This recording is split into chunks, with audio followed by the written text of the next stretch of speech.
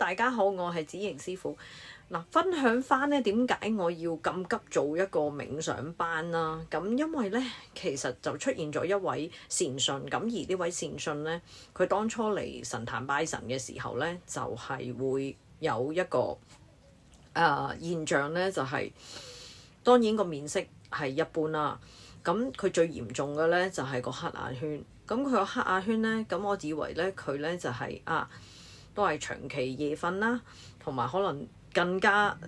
嚟我神壇之前嗰幾晚就更加瞓得差，咁所以就形成咗一個好嚴重嘅黑眼圈咁樣嘅。咁但係最神奇咧就係咧，坐咗喺神壇10分鐘之後咧，我就發覺，因為我對住佢啊嘛，我哋喺度講嘢之際咧，就係我發覺，咦，佢個黑眼圈冇咗喎咁樣。咁我就叫佢拎塊鏡出嚟睇啦，咁佢就真係望咗自己個黑眼圈咧，就真係冇咗。佢就其實佢對眼咧就突然間好大隻啦，咁佢都好 surprise 咁，因為佢個 surprise 一定係大過我嘅，因為原來佢話俾我聽咧，其實佢好多年咧已經即係就算讀書10幾歲嘅時候咧，已經佢個黑眼圈咧係好犀利嘅。咁但係坐咗喺神壇嗰10分鐘之後咧，就突然間乾淨咗，好精靈咁樣，咁就好開心啦咁樣。咁好啦，咁過咗一段時間啦，我諗大約個零月到啦咁樣，咁佢又想再過嚟神壇拜神嘅時候咧，咁樣咧我就即係再約佢。咁佢嗰次嚟咧就又比較嚴重咯喎，因為原來佢隻眼本身不嬲係有敏感嘅狀態，咁所以你就一隻眼大一隻眼細，甚至乎係好似上下左右係唔勻稱咁樣嘅，即係左右好似高低咁樣嘅。咁好啦，因為其實一隻眼係好腫啊，咁所以就會有呢個情況嘅出現啦。咁好啦，咁當日咧，佢坐喺個神壇，我見到佢呢副即係嗰個即係個模樣啦，個氣息咁差咁樣，咁我就俾佢坐耐少少咁樣。咁係咯，最近我就喺神壇嗰度咧就增添咗啲飲品啊咁樣，咁啊大家喺度即係飲下嘢咁傾下偈咁樣啦。咁後嚟咧隔咗1個鐘頭多啲到啦咁樣，咁我就發覺咦，佢對眼冇事咯喎，咁即係可以走啦，係咪？咁我就即刻同佢講話，我話咦，我話你對眼冇事咯喎咁樣。咁佢就話係啊，即係其實琴日都係瞓得唔好咁樣。咁我話咦，我話你嗰個即係個眼咁樣，我話你都要即係瞓得好啲，你要處理下咁樣。咁但係我就唔可以 propose 佢自己做打坐或者係學坊間嘅咁樣，因為我知道呢個女仔咧一打坐嘅話咧，其實係佢係一定會有好強勁嘅陰氣或者邪氣係纏繞佢。咁所以咧我亦冇話即係開口同佢講話你要點做點做咁樣啦，因為其實我知道佢係唔可以自己獨立做咁樣嘅。咁後嚟佢就開口就問我，即係話可唔可以有啲乜嘢嘢嘅課堂可以幫到我咁樣。咁所以咧我就喺呢個時候咧就去即係再落翻個信息啦。咁知道咧其實佢係 total 要即係一個大約係24個 week 嘅時間啦。咁由我去幫佢帶領做呢個冥想啦。咁因為咧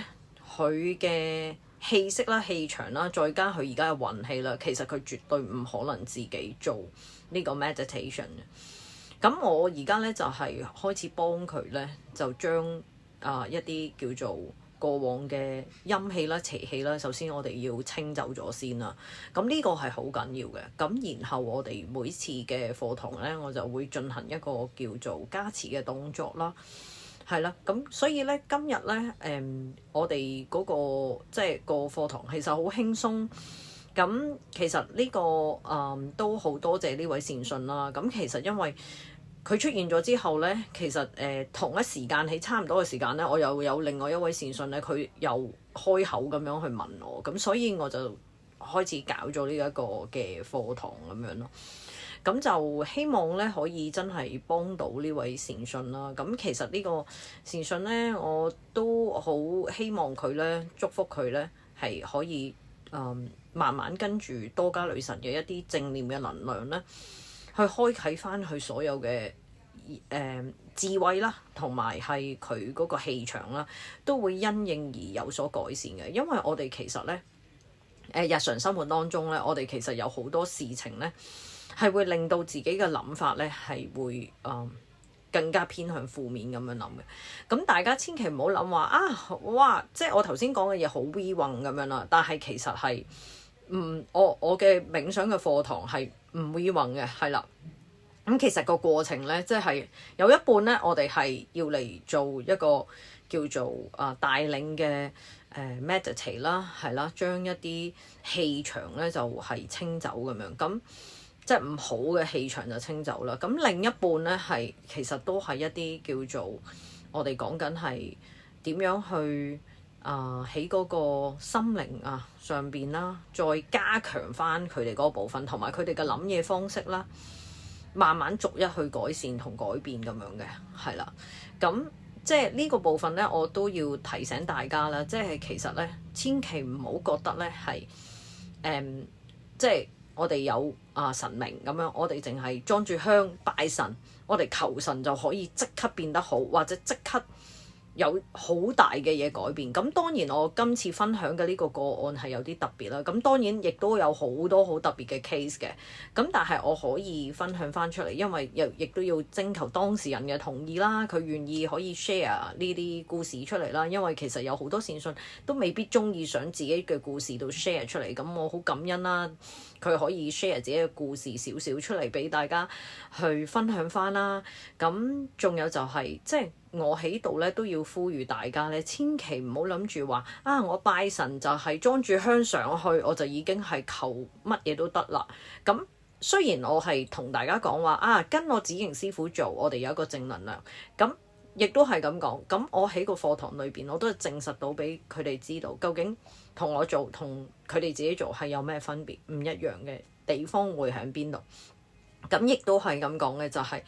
喺個過程入邊，我哋會即係有一個訊息啦，亦都係俾翻個學員啦，就係佢都需要做一啲嘅功課。咁我哋喺呢個成個過程裏邊咧，每一堂咧都會有一個進展喺度嘅，係啦。咁我喺度咧就係分享翻我哋個冥想課堂裏邊究竟即係點解我突然間會要嘭嘭聲就要即刻搞呢個課堂啦，同埋即係個目的咧做呢個影片咧就真係好想話俾大家知咧，其實有好多嘢可以好難解釋，但係有啲嘢你仍唔可以話我哋即係去求神。當你有一個神明喺度，你就覺得呢個神明我裝住香俾佢，同佢許個願，我哋就可以達成我哋嘅願望。有時我哋係好多時咧需要我哋自己行為上邊、思想上邊，我哋都要有一個好大嘅德行啦、修為啦，我哋先至會有一個成功嘅道路嘅。就並唔係話我同佢講兩句咧，就已經即刻有嘅。咁當然啦，都有好多呢啲 case 啦。咁他日如果有嘅，我都會好